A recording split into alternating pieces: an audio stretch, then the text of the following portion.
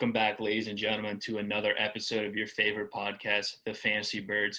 Back with my normal co-host, Mr. Tom Hickson. How are we doing? We're not great with how these results have gone over the past couple of weeks. I came out like gangbusters, and now there's trouble in paradise. But other than that, everything is pretty good. Just trying to soldier on, I guess. Yeah, basically the last 2 weeks in basketball, fantasy basketball, and the real NBA, big out of whack with all the COVID delays and players just sitting out randomly for back-to-backs and other things, what have you. But hopefully we get some more stability going forward in the fantasy season and the regular NBA season for all you basketball fans. But this week we're getting back to some team rankings. Last week we did some player rankings. We'll update those probably in about a week or two once we get a better picture of things changing and whatnot. But getting back to some team rankings, and then maybe later on in the week we'll do a little buy low, sell high show for everyone out there. And we're going to start off at number 14. We have the Bonafide Scrubs, 0-5. Haven't gotten a win yet. Only team to not get a win yet so far. Kind of struggling out the gate, and it's not looking like it's going to get any better for this team. A couple players on this team. No real star for Bonafide Scrubs. John Wall, I guess, the best player on this team, but he's had injuries and on a Rockets team that looks like they're in rebuild mode. We don't really know how that's going. So no real star for this team. Tobias Harris and John Collins, definitely formidable assets for a basketball team, but nothing you're looking that can carry you to wins down the stretch. So at number 14, we got the Bonafide Scrubs. 13, more is the same equals barbecue chicken, 1-4 at number 13. I will say this team a little more primed for second half resurgence, given they have two stars on the team, Kyrie Irving and Anthony Davis. But it's all about these nuggets. It's about Jamal Murray and Michael Porter Jr. If they need to get it going, if this team's going to get it rolling, look for them to have a big week this week and maybe pull an upset for Sammy Eagles barbecue chicken. At number 12, we have the Milwaukee Wolfhawk team at 1-4. Let me get your thoughts on how this team's doing and how you expect them to do down the line. So D'Angelo Russell missed the game against the Pelicans the other night, even though Minnesota still blew out the Pelicans. So I guess we're just, we'll just not talk about that. That's a point of contention. However, Trae Young's still been putting up solid numbers. He's averaging 42.3 points per game, so that'll give you something to build off of. Seems like it could be a little bit higher with the way that he plays, and he is day-to-day. He's questionable for Tuesday's game, so we're going to see if he misses any games this week, see how much time he misses. That could affect his lineup greatly. But I will say, man, Clint Capella, we're talking about the other Atlanta Hawk. Clint Capella has definitely been going off. He's been one of the best players in all of fantasy over the last 2 weeks. He put up 80 plus in one game for sure. And he also recently, I think his most recent game was a triple double in which he had points, rebounds, and blocks as a triple double. So that's obviously very impressive. There is a weakness in this lineup with Terrence Ross right now. You wanted to see Lonzo Ball be that guy on draft day, but he really just hasn't been. He's been coming off injuries and he's been underwhelming. So I think that's one of the reasons why this team has kind of been held back. Not to mention D'Angelo Russell, who has missed time at various points. But I think this team could potentially be a riser as the season goes on. Yeah. For me, this Milwaukee Wolfhawk team, I had them, up there in the power rankings around 8 or 9, just hovering for a little bit. But, I mean, look, last week we saw the best version of this Milwaukee Wolfhawk team, absolutely dominating, putting up massive numbers. Clint Capella and Trae Young, unfortunately, didn't get the win because those two did sit out on Sunday. If they had played, it would have been a victory for Milwaukee. But you got to think, with that performance last week, not able to get a victory, maybe this team just doesn't have enough to get it going. We'll see if they make some moves, potentially flipping some guys for a more deeper roster, because you think Terrence Ross, D'Angelo Russell, those guys not really getting it done. But, look, you got your best shot from Milwaukee last week. Couldn't get it done with these injuries. And it's tough to see for this team, no doubt about that. Number 11, we have Mr. James at 1-4, dropping 3 spots, even with a Russell Westbrook getting healthy this week. What's your thoughts?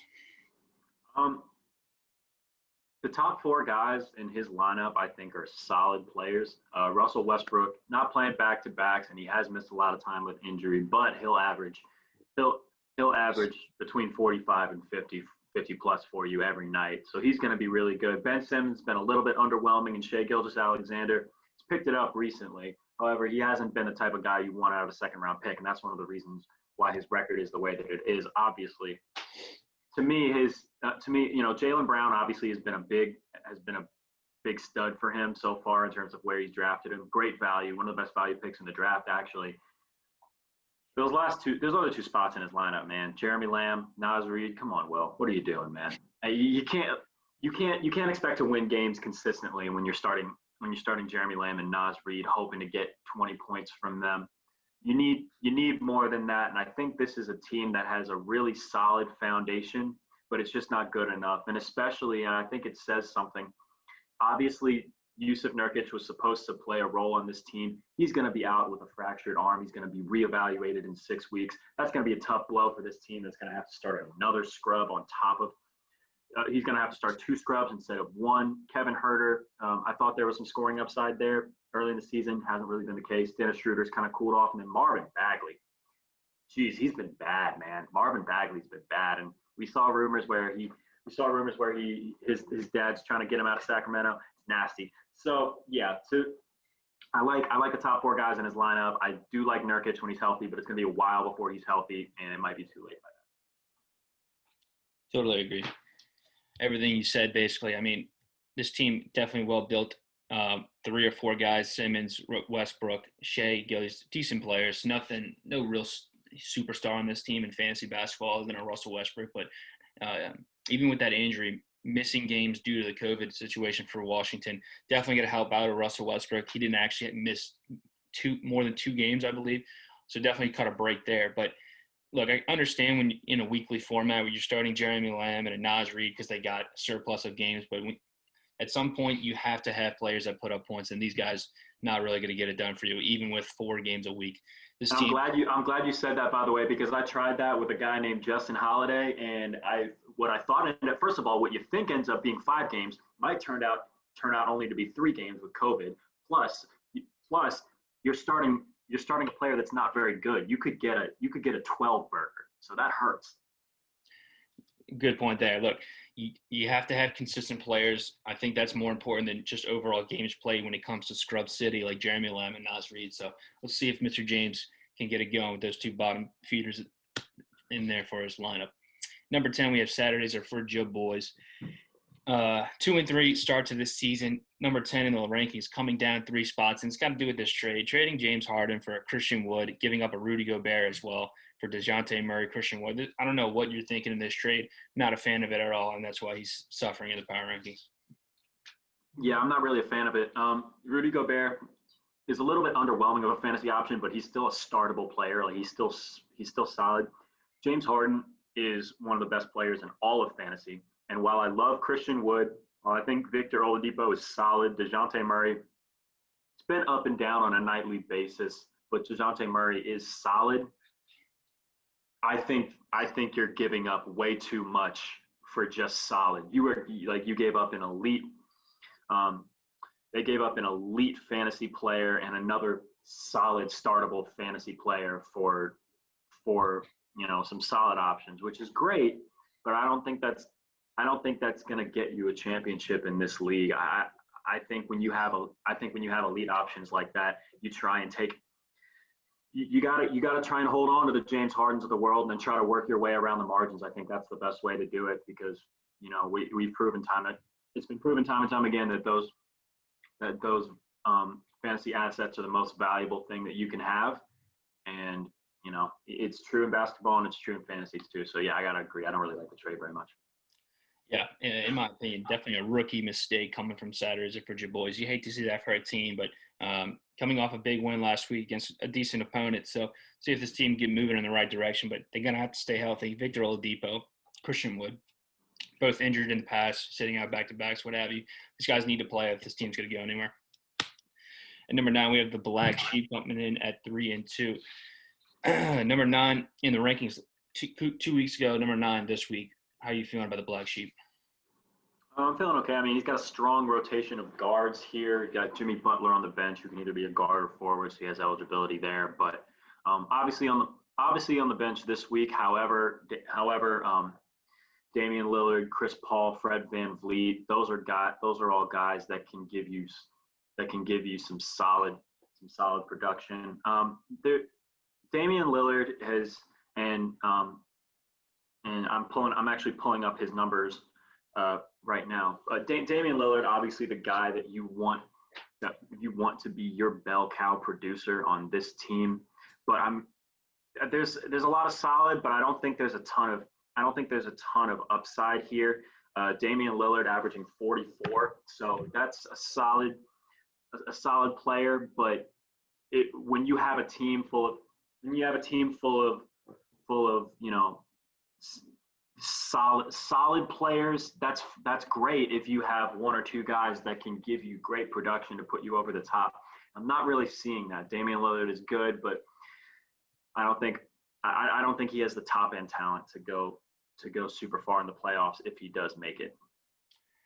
Definitely Black Sheep not really having the top end talent outside of Damian Lillard, but did have 35.4 points per game played for his entire lineup. 35 is a decent number. Definitely not upper echelon, but definitely not scrub city, if you will. So 35, a decent number. Under 27 points a game for Enes Kanter and Kyle Anderson, both of them. You can't have guys putting up 26, 25 points a game in your lineup if you expect to win week in and week out. But Rashawn Holmes, about 32 a game, decent addition there with the Marvin Bagley and a Whiteside playing. Whiteside not even playing, Bagley underperforming. So Rashawn Holmes, decent little asset there. And Damian Lillard carrying the squad, 50 points per game last week. You got to love that from Damian Lillard. Definitely on the upcome with CJ McCollum on the bench for a while. So Black Sheep, 35 a game this last week. Not really, what you need, but it's going to get you some wins here and there, but not this week for Black Sheep. At number 8, we have JR Smoke Circle coming in at 2 and 3. Big riser for us, climbing 4 spots in the power rankings. When you look at this starting unit, what do you see here?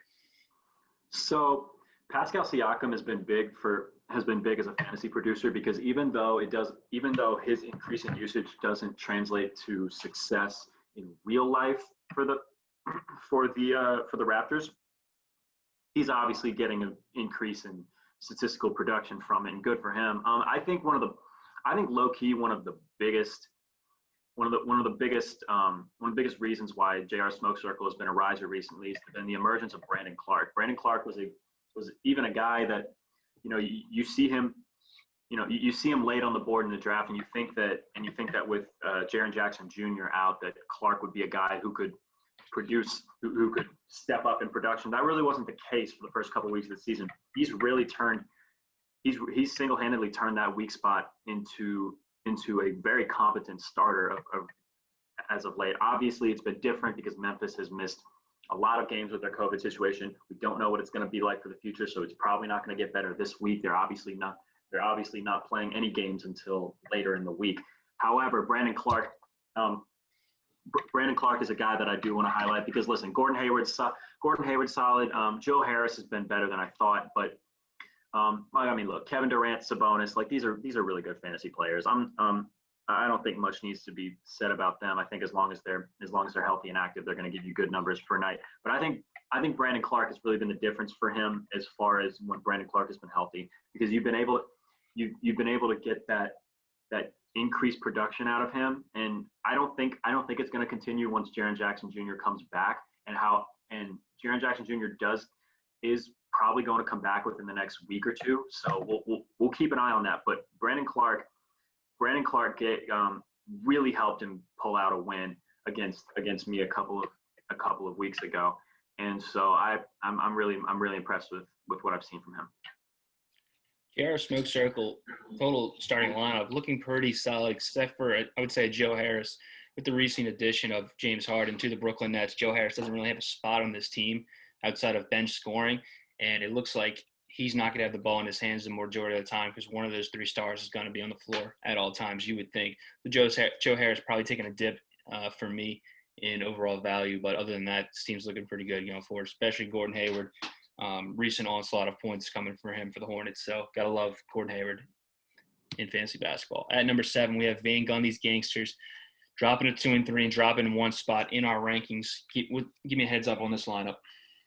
Yeah, so Marcus Smart has actually increased his production from last year, which is basically what I thought. So that's been pretty good. So is Kobe White. However, I do think Kobe White could improve, but again, Kobe White and Lauri Markkanen, been two guys that haven't really produced the way that you might want them to. Both of them being on the Bulls, I think that's an interesting situation. DeRozan has been fine. Brandon Ingram has been really good. Jason Tatum obviously coming back. They've had COVID issues recently, so I expect Jason Tatum to keep doing a number for this team. Jason Tatum, as I'm pulling up his numbers right now. However, as I get an email because I'm so popular. Jason Tatum has been playing very well when he's been on the floor. However, he just has not been on the floor recently at all due to COVID-19 concerns. He's missed the last week or two. So we're gonna see what he's like when he comes back. Obviously, Jaylen Brown has been a big benefactor with him being out, but I think this team could potentially get better due to Tatum's return.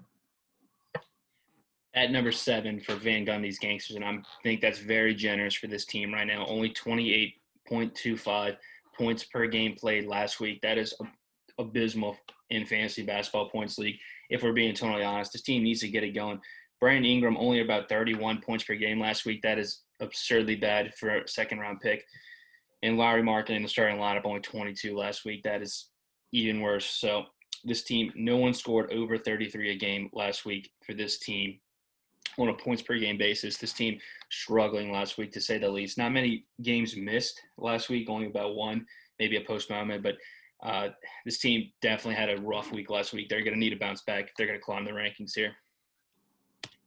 At number 6, we have It's LeJon Brames at 4-1, jumping up 5 spots. What do you think about It's LeJon Brames? So Paul George has been one of the recent guys that has really improved his play. The Clippers as a whole have gotten a lot better, but Paul George, you're starting to see him, put up, dare I say, traces of those past MVP seasons that he never had. Paul George has been really good. Paul George has been really good recently. Nikola Jokic was one of the best players in fantasy. Tyrese Halliburton is a intriguing young player, but outside of Jokic and Paul George, I'm not really seeing very much about this team that I like healthy. However, Ja Morant will be back, so I think Ja Morant will form a considerable big three between Paul George, Jokic, and Ja Morant if all three of those guys can stay healthy. Chris Boucher, Steven Adams, PJ Washington, they have been serviceable at times, but it's not really the three guys that you want rounding out your lineup. So we'll see how this goes. Obviously, he's 4-1. Starting Jordan Clarkson this week, who is putting up modest numbers, but nothing really to hang your hat on. Neither is PJ Washington. Chris Boucher can sometimes explode for 47. I'll give you this because I have Chris Boucher's numbers pulled up. His last few games since January 16th, he put up 37, 47, but then he put up 13, 8, and then he put up 29 in his last game against Indiana. It's very inconsistent, to say the least, and I don't think it averages out very well. So I think PJ Washington, Steven Adams, and Chris Boucher are all three guys that could potentially be weak spots in this lineup. Yeah, I'm glad you pointed out Jordan Clarkson starting for this team over Paul George, and Ja Morant still out. You have to think that's due to some COVID issues, but it's going to be, can Nikola Jokic carry this team like he has been, putting up around 60 whatever points a game? Can that continue? And that's going to be the story for It's LeJon Brames. I'm not sure if it does, but climbing up the rankings here with the 4-1 record and Paul George's emergence. So Well, I just realized that, sorry, I just realized that, I just realized that Paul George will miss multiple games with COVID. So yeah, that's gonna hurt his outlook for this week for sure. But we'll see how that goes.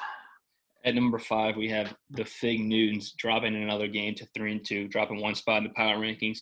And for this, it's all about Andre Drummond for me. Jared Allen, newly introduced to the Cleveland Cavaliers, playing significant minutes. Drummond's minutes coming down likewise. So Drummond can't put up those minutes, not going to be able to put up those stat padding numbers that accumulate victories for NBA franchises, as we know. So Drummond, the big hit for me, and why Fig Newton's dropping a spot. Yeah, I'm honestly surprised that the Fig Newtons didn't drop more.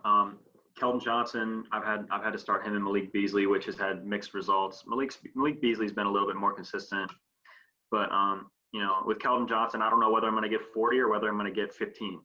You never really know.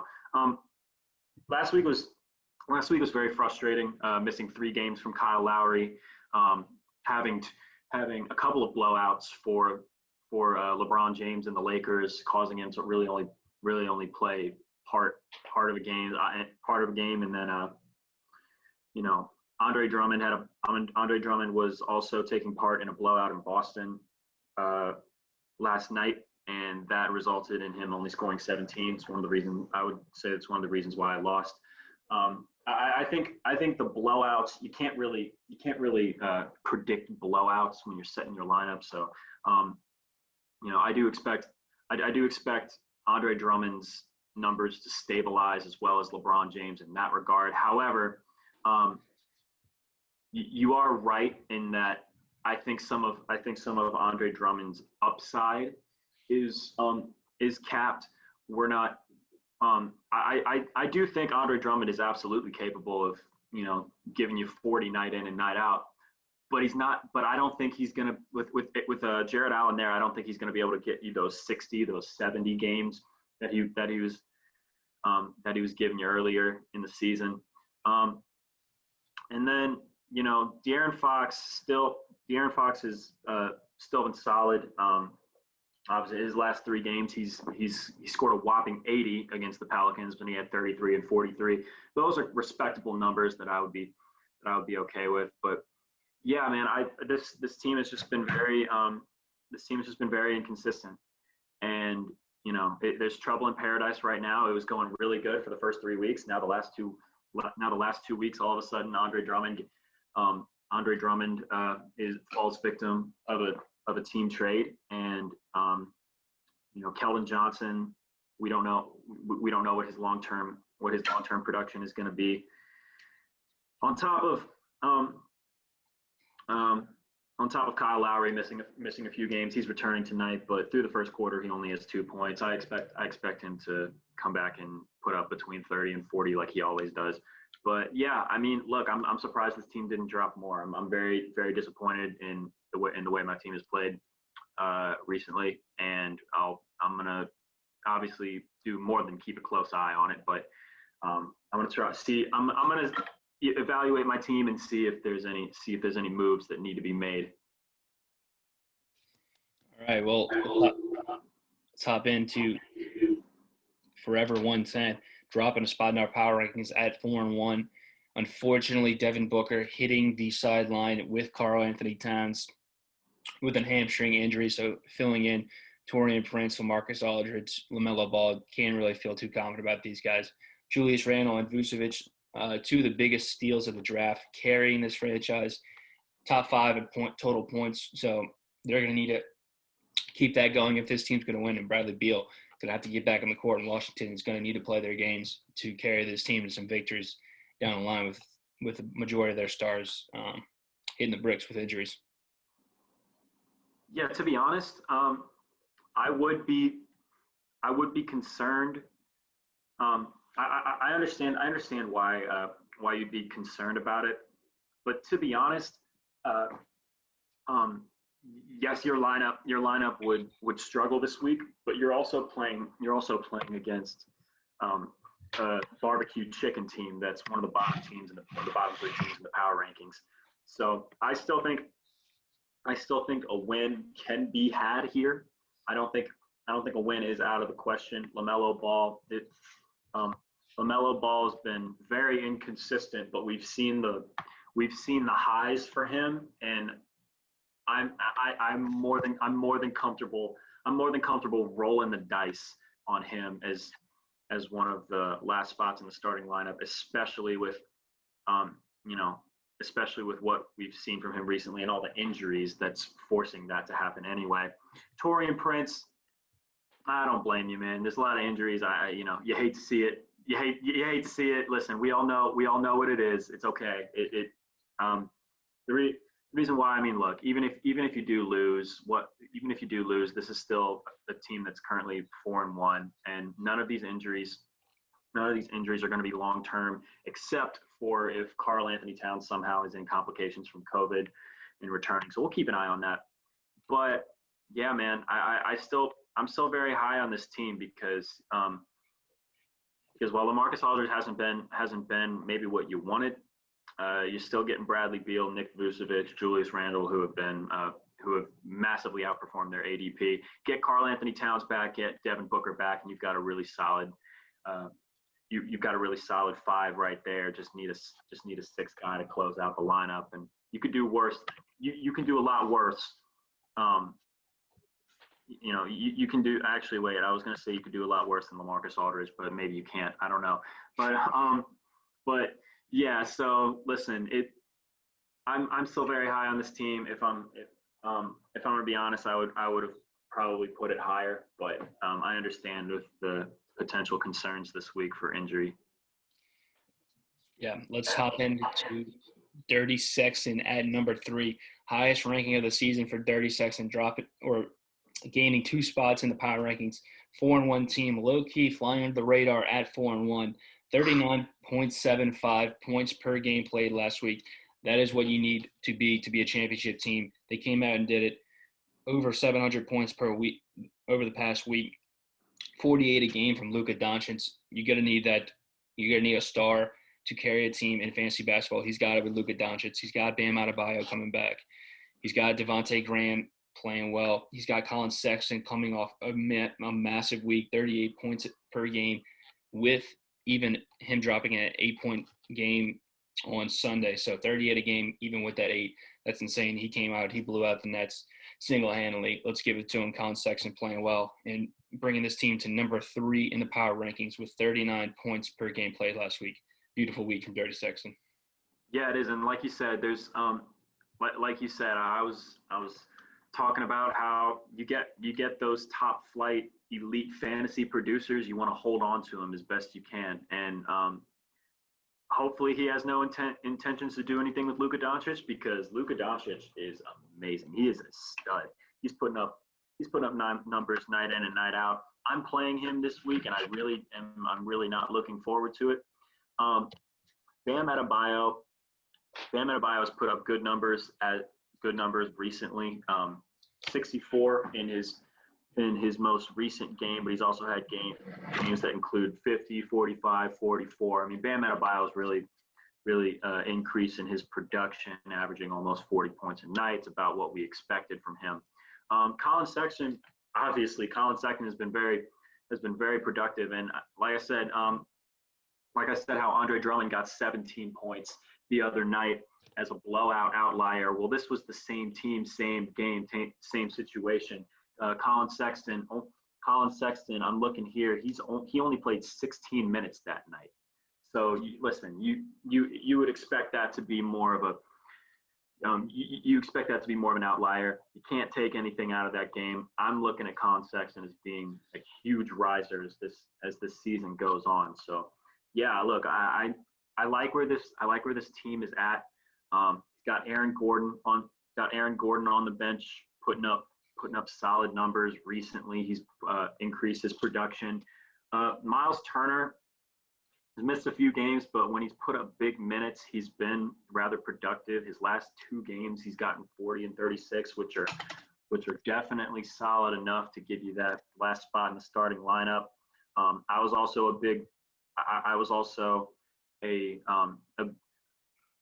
a big advocate of DeAndre Ayton being a potential riser in one of our videos last week, and since then he's gotten 42, 63, 52, and then a solid game of 34, which is his current average right now. He's averaging 34.9 points. I expect that to keep going up. I like where this team is going, and as far as the power rankings go, I think this is a decent spot for it.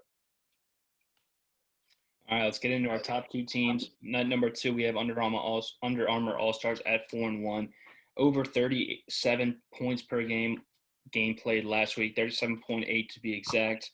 A couple standouts of the week, we had Malcolm Brogdon only averaging 30 points per game last week, fantasy points that is. That's not going to get it done from what he was doing earlier in the season. And then bottom of the lineup, he had Mason Plumlee recently acquiring an Andrew Wiggins, so look for that to be an upgrade there. Andrew Wiggins, about 28, 29 a game. I'm assuming he expects him to get to like 30, 31, 32 with this trade, but Andrew Wiggins definitely going to be an upgrade over Mason Plumlee, and I like everyone in the starting lineup aside from maybe a Cole Anthony, who's I'm assuming just going for games total play this week. But Cole Anthony has been picking up lately for a Magic team, but team's in a good position. Malcolm Brogdon, poor week last week, got to step that up, and Joel Embiid firing on all cylinders right now. He's going to need to continue if this team's going to stay atop at number 2 in the rankings. Yeah, no. To be honest, my feelings on this team haven't changed. This is a good basketball team. Obviously, I know Levine is on the bench. However, he's been really good. Yeah, no. I listen. You're always gonna be wary of Joel Embiid missing games tonight. Monday night being one of them as he's sitting out. However, I think in the second round, that's absolutely a risk you got to take, and that's what he did in the second round. So, I'd be okay. I'd be okay with it if I was him, given where he got him. Yeah, I don't know. My feelings haven't really changed. This is a good basketball team. All right, let's go to number 1 in the power rankings. It's Josh Smooches at 4-1, climbing one spot, and it's all about stealing James Harden from an inferior team in the league. Maybe inferior GM, if you will, at this point. But James Harden at number 1, just based off, you paired 2 top 5 players in fantasy basketball, James Harden, Giannis Antetokounmpo. It's hard to lose fantasy games, especially when the rest of your lineup, there's no real weakness, as I see here. Everyone over 30 a game. So Josh Smooch is easily number 1 in the power rankings. Yep, I agree. 2 things. Like I said, it comes down to 2 things for me, and you touched on them. First of all, you have two of the top five players in fantasy. Harden, Giannis is a dynamic duo for fantasy. You have 2 guys that can get you 70 points any given night. That is ridiculous. So I think the top end production, obvious there. The top end production right there is obviously something you want to keep an eye on. And then, honestly, what jumped out to me, the first thing that jumped out to me when I looked at this lineup was, where's the weakness of this starting lineup? Where's the weakness? I don't see it. I personally don't see the weakness. I mean, look, obviously you've got Harden and Giannis.